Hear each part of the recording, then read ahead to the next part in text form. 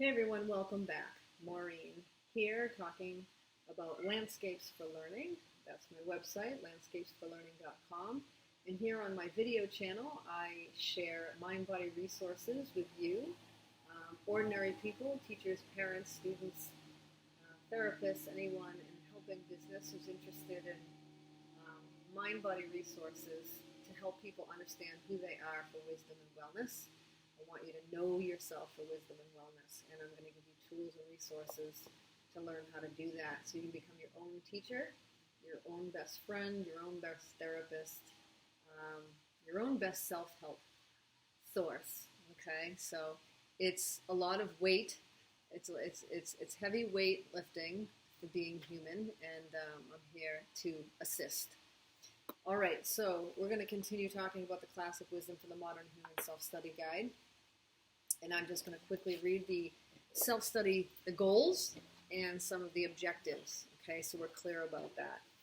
All right, so to be that self which one truly is, Soren Kierkegaard, great philosopher. The Classic Wisdom for the Modern Human Self-Study Guide is meant to inspire and empower you to know who you are and be 100% true to yourself for a high-quality life of integrity and purpose. The goal of the self-study guide is to inspire you to understand yourself and your own human nature, to be authentic rather than pretending, lying, or being someone who is merely the result of unconscious manipulation by others, by big pharma, by big food, by advertisers, by the internet, by other people, social media, all the people and things that are competing for your attention and trying to manipulate it to get you to be who they need you to be because they need you to buy things for profit. Okay? All right. To be true to yourself requires learning how to manage your weakness, your shadow side, and the evil within your heart. We all have it. Okay? Let's not pretend it's there. All right? That's fine. Get to know it so you can manage it. We want to know all of what's in your heart, not just half of it. So we want to know these things as equally as to maximize your strengths, talents, and your goodness. Honesty about your complete human nature is necessary for your wellness. That's what wholeness means, right? So we don't just enjoy life when we're happy and content and that, that's a better life. Life is all of it, all of it. Otherwise, you're living a half-life. So we are just conditioned to not want pain and discomfort. We want happiness and contentment all the time and comfort. We want a pain-free life. That belief, that desire, that lesson from our culture is what is causing us to suffer. Let go of that belief. Face your suffering. Accept challenge. Accept pain, discomfort. It is part of life. It is part of you. Just like you have evil in your heart, it's part of who you are. We need to accept these things rather than make excuses and talk about them like they don't exist or, oh, well, that's not me and that's other people. No, it's you. It's all of us if you're human.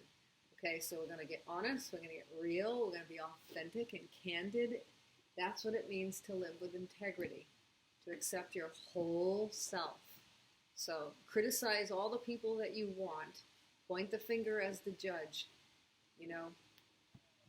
Judge lest you be judged. Everyone's just like you. And you're like everyone else.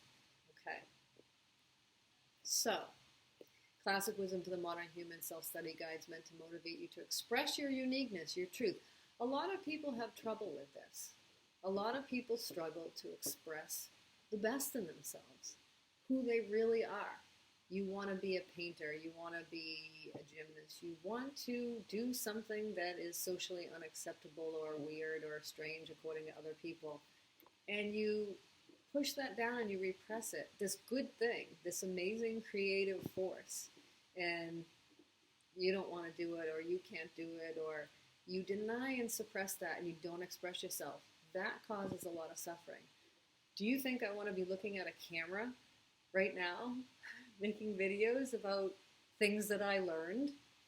You don't think I have a critic inside me saying, like, who do you think you are? Why do you think people want to listen to you? Right? It's hard to express who you are, but I acknowledge that this is me.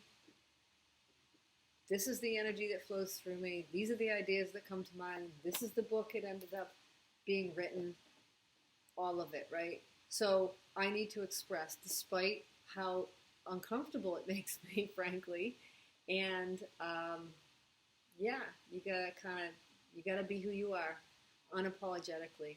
And not everyone's going to love you and give you positive feedback about who you are. Whatever, that's fine. It doesn't matter. It's all okay. But I'm healthier because I'm doing what I'm doing.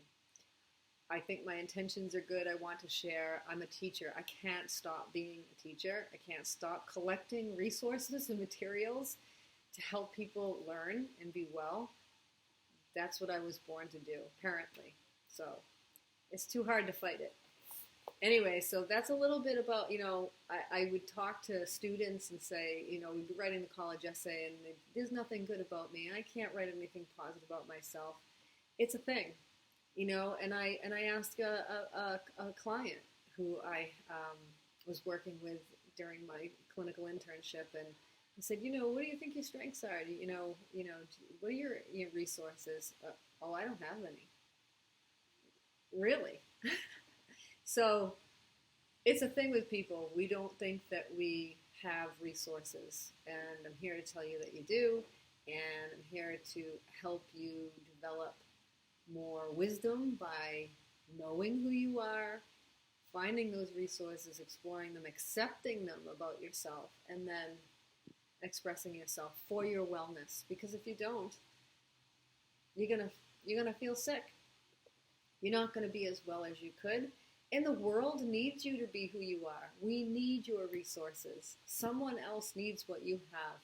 So you do have a duty to others who also shape you to express yourself. This is the exchange of resources. We gather together and exchange resources. We share them. And then we're destined to love and thrive. All right.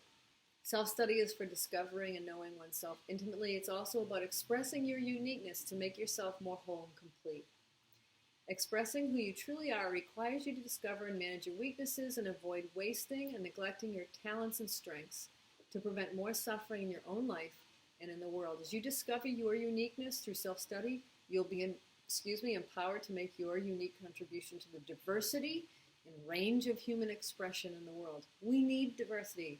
We need people who know how to do a million different things. I don't know how to cut meat. I don't know how to hunt. I don't know how to fish. I don't know how to raise gerbils. I don't know how to cultivate plants. There's a lot I don't know. And there's a lot of people in the world. We need the diversity of everybody's uniqueness.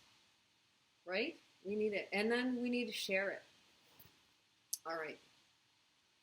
So as you discover your uniqueness, you'll be empowered to make your unique contribution to the diversity and range of human expression in the world, rather than being merely a product of cultural or social manipulation.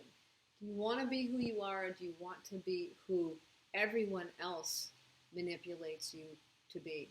They want you to be someone for them because of whatever, their fear or their desires or their desire to make money or profit off of you. Right? So you have to, I'm going to invite you.